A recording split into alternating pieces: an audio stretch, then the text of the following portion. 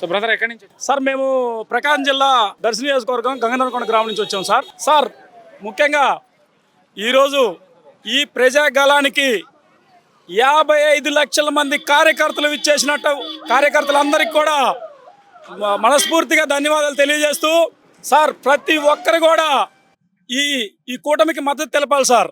ఇక్కడ చూశారు సార్ త్రిమూర్తులు కలిశారు సార్. అలాగే ప్రతి ఒక్కరు కూడా రాష్ట్ర భవిష్యత్తు కోసం, మన పిల్లల భవిష్యత్తు కోసం ఖచ్చితంగా అందరూ ఏకమయ్యి ఏదైతే వైసీపీ గవర్నమెంట్ని ఖచ్చితంగా గద్దెదించాల్సిన అవసరం ఉంది సార్.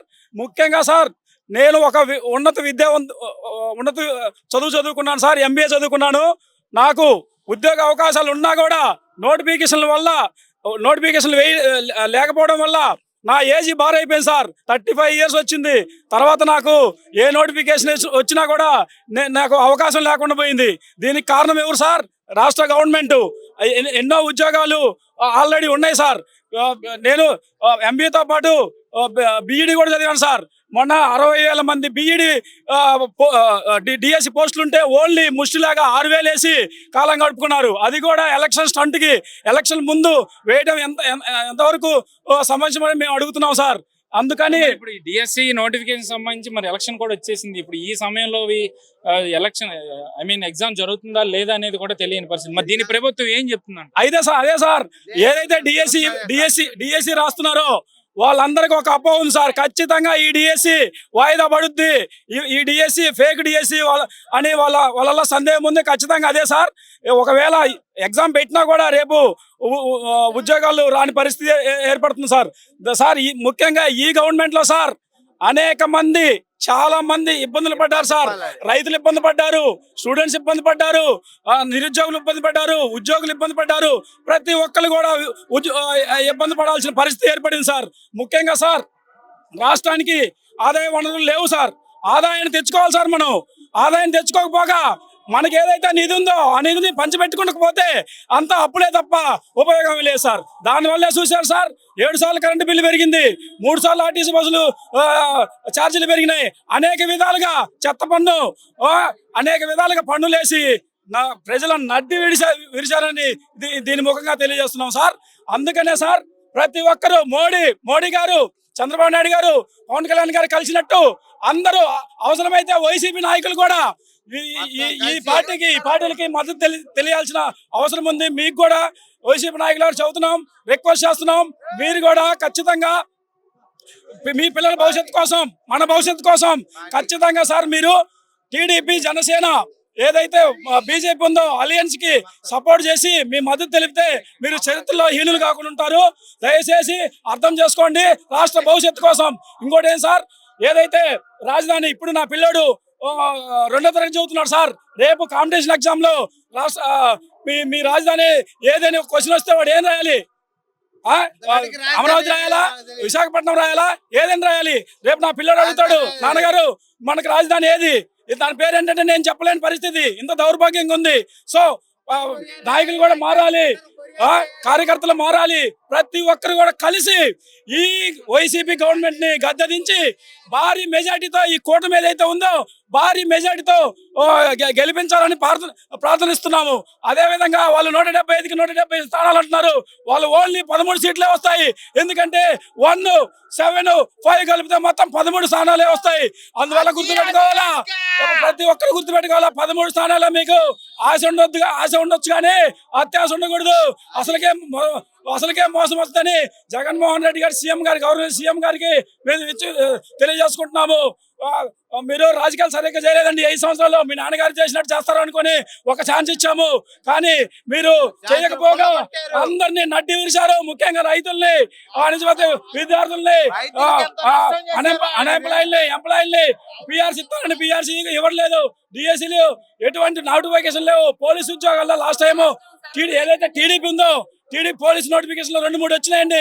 ఇంతవరకు ఒక పోలీసు నోటిఫికేషన్ రాలేదు. చాలా మందికి ఏజీలు భారైపోతున్నాయి. మాలాంటి వాళ్ళు ఏం చేయాలి సార్? దయచేసి అర్థం చేసుకోండి ప్రజలారా, ఆంధ్రప్రదేశ్ ప్రజలారా. మనకు అవకాశం వచ్చింది, ఖచ్చితంగా పోరాడితే పోయేది ఏం లేదన్నట్టు ఖచ్చితంగా ఆలోచించండి. ఈసారి మాత్రం పట్టు వదలకూడదు. మనం వేయటం కాదు, ప్రతి ఒక్కరు బూత్ లెవెల్ కాడికి వచ్చి ప్రతి ఒక్కరిని వేపియాలా. మనం వేస్తే ఏం కాదు, మిగతా వాళ్ళని కూడా వేపించి ఈ కూటమి ఏదైతే ఉందో మంచి మెజార్టీతో నియోజకవర్గాలలో ఎవరైతే ఎమ్మెల్యే క్యాండిడేట్ నిలబడ్డారో వాళ్ళకి ఊహించిన విధంగా మెజార్టీతో మనం గెలుపొందించుకోవాల్సిన బాధ్యత మన ఆంధ్రప్రదేశ్ ప్రజల మీద ఉందని దీని ముఖంగా తెలియజేస్తున్నాం సార్. జై తెలుగుదేశం, జై జనసేన, జై బీజేపీ, జై కూటమి. Thank you very much sir. So బాబాయ్ గారు ఎక్కడి నుంచి వచ్చారు మీరు? మేము కృష్ణా జిల్లా బందర్ మండలం చిన్నాపురం గ్రామం నుంచి, బందర్ నియోజకవర్గం నుంచి వచ్చాము. సో మరి బందర్ నియోజకవర్గం నుంచి వచ్చారు. ఈరోజు ప్రజాగలం వస్తున్న ఈ జన సంద్రోహాన్ని చూస్తున్నా. ఇదంటే ఈ వేదిక మీద దాదాపు 7-8 ఏళ్ల తర్వాత ముగ్గురు నాయకులు, చంద్రబాబు కానీ, పవన్ కళ్యాణ్ కానీ, నరేంద్ర మోదీ కానీ ఒకే వేదిక మీదకి రావడం మీరు ఎట్లా చూస్తారు? ఒకే వేదిక మీదకి రాకపోతే, నేను బందర్ మండలం చిన్నాపురం సర్పంచ్, మేజర్ పంచాయతీకి సర్పంచ్ని, ఆంధ్రప్రదేశ్ పంచాయతీరాజ్ ఛాంబర్లో ప్రధాన కార్యదర్శిని. మేము ఈ భారతదేశంలో ఇలాంటి దరిద్రపు కొట్టి ముఖ్యమంత్రిని ఎక్కడా చూడలేము. ఎందుకంటే 12,918 పంచాయతీల్లో నిధులన్నింటినీ కూడా దోసేసి, పంచాయతీలో శాండేజరు, లైట్లు, ఏ విధమైన మంచినీళ్ళకు సంబంధించినటువంటి డబ్బులను కూడా తోసేసిన ముఖ్యమంత్రి ఈ భారతదేశంలో ఎవరైనా ఉన్నారంటే జగన్మోహన్ రెడ్డి. కనుక మీకు ఒకటే గుర్తండి, ఈ రోజు ఈ కార్యక్రమం ఈ రోజు నుంచి అనుకున్నది కాదు. గత సంవత్సరం నుంచి 3 పార్టీలు కలిసి ఆంధ్రప్రదేశ్ని కాపాడాలంటే 3 పార్టీలు కలవాలి. 3 పార్టీలు కలిస్తేనే ఆంధ్రప్రదేశ్ని కాపాడుకుందాం. యువతంతా కూడా, కావాల్సిన వాళ్ళందరూ కూడా రాష్ట్రంలో రాజధాని లేని రాష్ట్రంగా ఆంధ్రప్రదేశ్ మిగిలిపోతుందనే ఒక భయంకరమైన పరిస్థితుల్లో ఆంధ్రప్రదేశ్ జనం ఉన్నారు. మీరందరూ కూడా ఎవరు మాటలు వినవసరం లేదు. 175 అన్నాడు చూసారా జగన్మోహన్ రెడ్డి. మతి భ్రమించి ఆయన 175 సీట్లు అని అంటున్నాడు. 175 కాదు కదా, 25 సీట్లు కూడా రావు. ఇందుట్లో ఏ విధంగా ఇది ఇప్పుడైనా సరే నేను చెబుతున్నాను, చిన్నాపురం కాగిత గోపాలరావు, 25 సీట్లు కూడా జగన్మోహన్ రెడ్డికి రావు. ఈ రాష్ట్రాన్ని కాపాడుకోవాలంటే 3 పార్టీలు కలవాలి. రాజధాని లేని రాష్ట్రాన్ని రాజధాని తీసుకురావాలి. అన్ని సెంట్రల్ని 4-5 ప్రాంతాలని బాగా డెవలప్ చేసుకుని ఈ అక్రమార్కుల్ని, ఈ దౌర్జన్యం చేసేటువంటి వీళ్ళందరినీ కూడా, దగాకోర్లందరినీ కూడా, అన్ని వ్యవస్థలను కూడా కుంటుపరిచేసి కార్పొరేషన్లను ఇచ్చి, ఒక్క కార్పొరేషన్లో 100 రూపాయలు లేకుండా కుర్చీలు ఇచ్చి, కనీసం వాళ్ళకి ఫ్యాన్ వేసుకుంటా ఫ్యాన్ కూడా లేకుండా చేసిన ఏకైక ముఖ్యమంత్రి ఈ భారతదేశంలో ఎవరైనా ఉన్నారంటే ఈ జగన్మోహన్ రెడ్డి. కనుక నిన్న సీట్లు డిక్లేర్ చేస్తే కూడా మేము అన్ని సామాజిక వర్గాలకి పూర్తి న్యాయం చేస్తున్నాం, గతంలో కన్నా సీట్లు ఎక్కించామని చెప్పుకుంటా ఉన్నారు. మరి సీట్లు ఇచ్చినంత మాత్రం న్యాయం జరుగుతుందా? సామాజిక వర్గాలకు సీటులు ఇచ్చిన మాట అయితే నిజమే, కానీ వాళ్ళకి ఎలాంటి హక్కులు, అధికారాలు లేవు. అక్కడ ఉన్నటువంటి సజ్జల రామకృష్ణారెడ్డి, జగన్మోహన్ రెడ్డి, ఇంకొక 2-3 రెడ్డిలు తప్పితే కడమ వాళ్ళందరూ దీంట్లో పరిపాలనలో ఓటాలు లేవు. జిల్లా పరిషత్ చైర్మన్లకు కూడా ఎలాంటి హక్కులు లేవు, అధికారాలు లేవు. ఈ రోజు చూసుకుంటే గవర్నమెంట్ ఉద్యోగస్తులు కూడా, పెద్ద డి లెవెల్ వాళ్ళకి అందరూ కూడా ఆయిల్కి కూడా డబ్బు లేని స్థితిలో ఉన్నారు. మీరు అన్ని డిపార్ట్మెంట్లు కూడా, మీడియా మీకు చాలా విలువైంది కనుక, మీడియా అంటే ఏ డిపార్ట్మెంట్కి వెళ్తారో పెద్ద డిపార్ట్మెంట్లో ఆయిల్కి డబ్బులు ఇస్తుందేమో గవర్నమెంట్ తెలుసుకోండి. కనుక అన్ని పరిస్థితులను కూడా కుంటు పెట్టేసిన ముఖ్యమంత్రి, ఈ ముఖ్యమంత్రిని ఎప్పుడు ఇంటికి పంపించేసేసి ఈ రాష్ట్రాన్ని కాపాడుకోవాలని ప్రజలందరూ ఒక తుఫాన్ లాగా వచ్చేసేసి, మీలాంటి సర్పంచులు కావచ్చు, లేదంటే ప్రభుత్వ ఉద్యోగస్తులు కావచ్చు, లేదంటే సామాన్య ప్రజలు కావచ్చు, ఎలక్షన్ కోడ్ ఎప్పుడు వస్తుందా అని ఎదురు చూసారు. సో మరి వచ్చింది ఎలక్షన్ కోడ్, ఇక్కడి నుంచి ఎలా ఉంటది అంటారు? బ్రహ్మాండంగా ఉంటది. అన్ని చోట్ల బ్రహ్మరథం పడుతున్నారు.